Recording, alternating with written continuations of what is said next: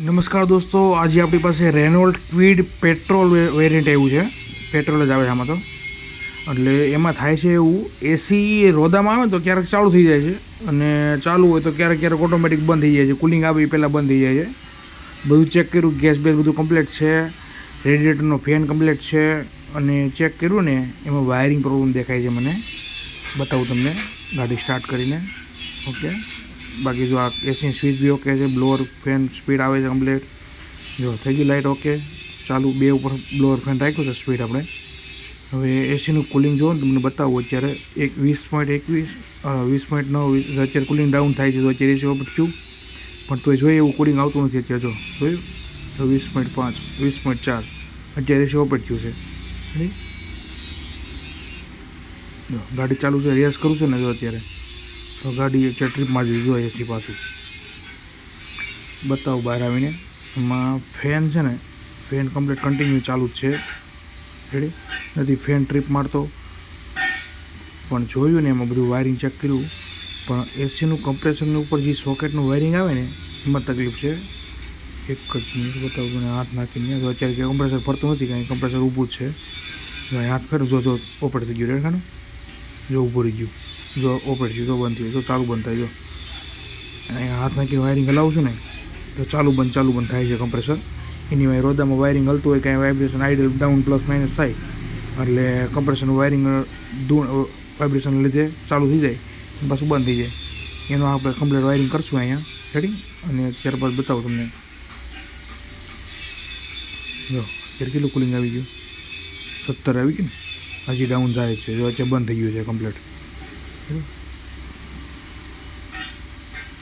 Okay, ગાડી start કરી દીધી છે.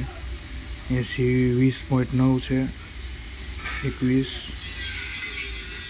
બતાવું બહાર તમને કમ્પ્રેસર ચાલુ છે કે બંધ છે, કઈ રીતનું છે. રેડી જો રેડિએટરનો ફેન કમ્પ્લીટ ચાલુ અને એસી કમ્પ્રેસર પણ એક જ મિનિટ કમ્પ્રેસર પણ ચાલુ જ છે. સક્શન બધું આવે છે, પ્રેશર કમ્પ્લીટ આવે છે, હાઈ પ્રેશર નથી થતું પણ વાયરિંગના લીધે મૂકી દેતું હતું. ઓકે ડન, કુલિંગ આવે છે કમ્પ્લીટ, ફીલ થાય છે મને.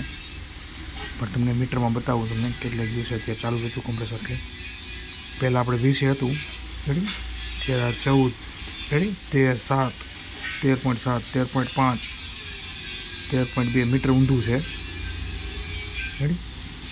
ઓકે, ફીલ થાય છે કમ્પ્લીટ પવન.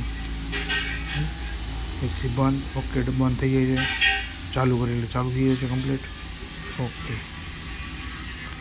હવે જોઈએ કટઅપ થાય છે કે કટઅપ નથી થતો. એક ધારું ચાલુ હોય બરફ નથી જતો ને એ ઉપર ચેક કરવું પડે સાથો સાથ. હવે કમ્પ્લીટ ચાલુ છે અત્યારે.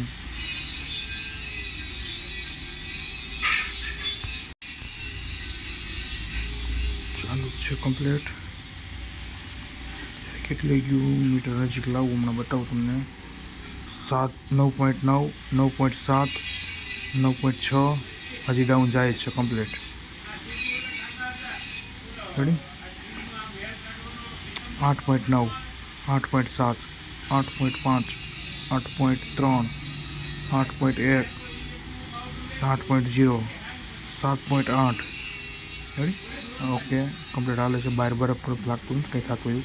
બહાર કમ્પ્રેસર પર એનો જો કેમેરો રાખીને બતાવું કટઅપ થાય છે કે નથી થતું. રેડી જો અત્યારે કટઅપ થઈ ગયું છે.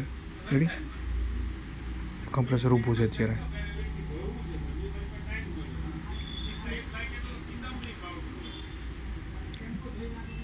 જો ઓપરેટ થઈ ગયું હતી રેડી. રેડિએટર ફેન બી ફરે છે કમ્પ્લીટ. કટઅપ થઈ ગયું પાછું ઓપરેટ થઈ ગયું. રેડી